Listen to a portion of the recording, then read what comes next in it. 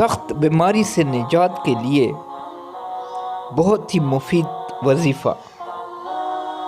کیسا ہی مرض ہو یا کیسی ہی سخت بیماری ہو، روزانہ اول و آخر 6 بار درود شریف، درمیان میں 200 مرتبہ روزانہ یہ کلمات پڑھے۔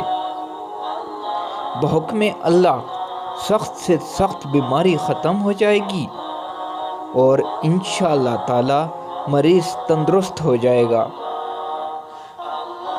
یا حیو ہین لا حیا فی دیمومات ملکہ و بقائہ یا حیو